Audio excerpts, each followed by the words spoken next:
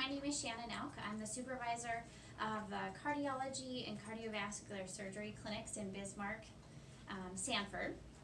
My project that I'm going to be presenting to you is called Caring for the Hearts That Take Care of Hearts.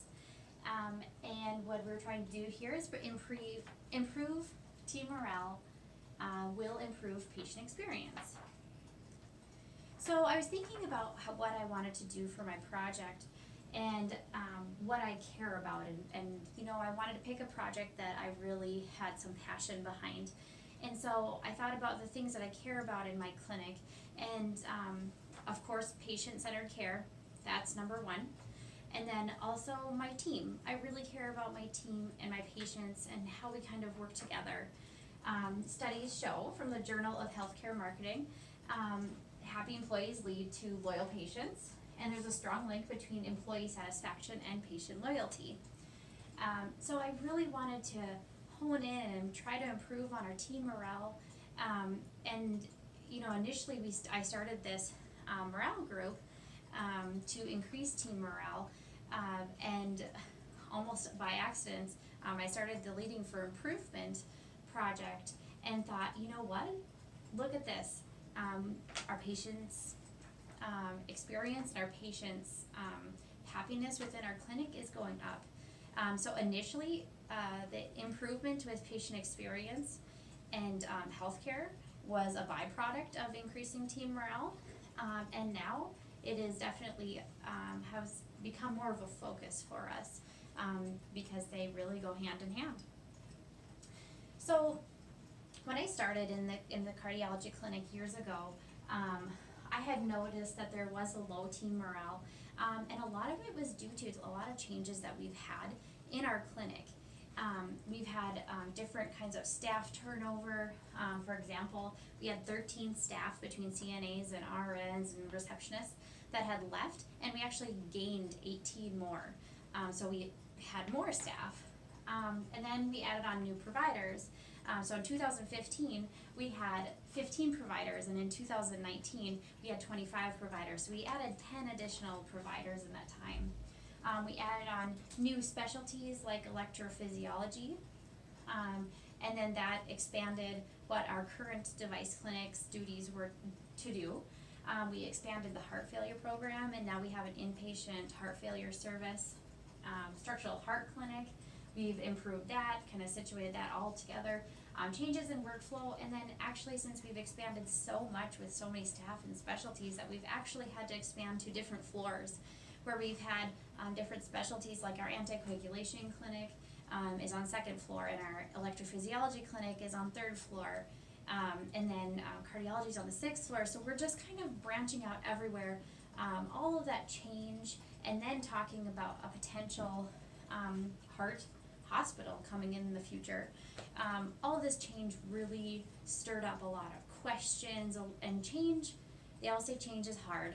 It is kind of hard. It's not something that people can just easily take, because we kind of get set in our ways, and that's kind of a nursing thing. So we wanted to increase team morale and see how our patients' satisfaction and experience improved, and you know, kind of work through these changes all together to ultimately benefit our patients. So my objective was to complete some team building activities and increase patient satisfaction and experience. And of course, this goes right along with our HRO, that high reliability organization initiative, and also empathy initiative, and caring about our staff and our patients. My metrics, I wanted to achieve 5% improvement in the personal morale ratings. I sent out a morale survey twice within this period of time to see where we were at with that, with our entire team. And I also wanted to achieve a top decile in patient satisfaction in the area of recommend this provider office. I wanted to improve from 86.8% to 88% in March of 2020. And as you can see here in my analysis, we did the morale survey in November of last year, and then February of this year. Our personal work team morale perception in the very good category, I wanted to have a 5% improvement in that initially. We went from 28.57% to 35.71%, which is actually 7.14% increase, which is a huge increase. So just even kind of doing this survey, doing a lot of team building activities and trying to improve our team morale, and then it had increased in that time. I also looked at the Press-Ganey survey where patients recommend provider office, and my goal was to increase from 86.8% to 88%. We actually improved from 91.4% to 98.8%. That is an increase of about 10%, which is super great. We have an amazing team up here anyways, but clearly when we have team building activities and morale boosting activities, it makes a great atmosphere for not only our team, but our patients. I have some graphs here that kind of showed where we were in November is the blue column, and then February where we were with personal morale surveys. Team morale activities. October of 2019 is when we initially instituted the team building activities. We completed a PDSA. Our first one was to send out the morale survey, do more morale boosting activities, things like ordering takeout. We actually hired another nurse in this time. We had a fall volleyball league. We had a shout out board where we put star cards up and give shout outs to our team. And a whiteboard question. We put up a big whiteboard and just for fun activities, put, what's your favorite ice cream, or what's your favorite pastime, or what are you thankful for around like Thanksgiving or Christmas. Some really nice team building, get to know each other type activities. And then we also completed another PDSA here where we put out a suggestion box for team morale ideas. We also had a morale group meeting where we had about 7 of our employees, and this is all volunteer, have them come in and help us kind of think of ideas and how to put them together and how to institute it, and even getting supplies. We did Christmas sock exchange, baby showers, ugly sweater contests, Christmas goodies and potluck, and we try to do a lot of community activities if we can. We did a NICU donation challenge where we donated items to the NICU, so like baby clothes and diapers and things for people that patients wouldn't have potentially depending on the situation.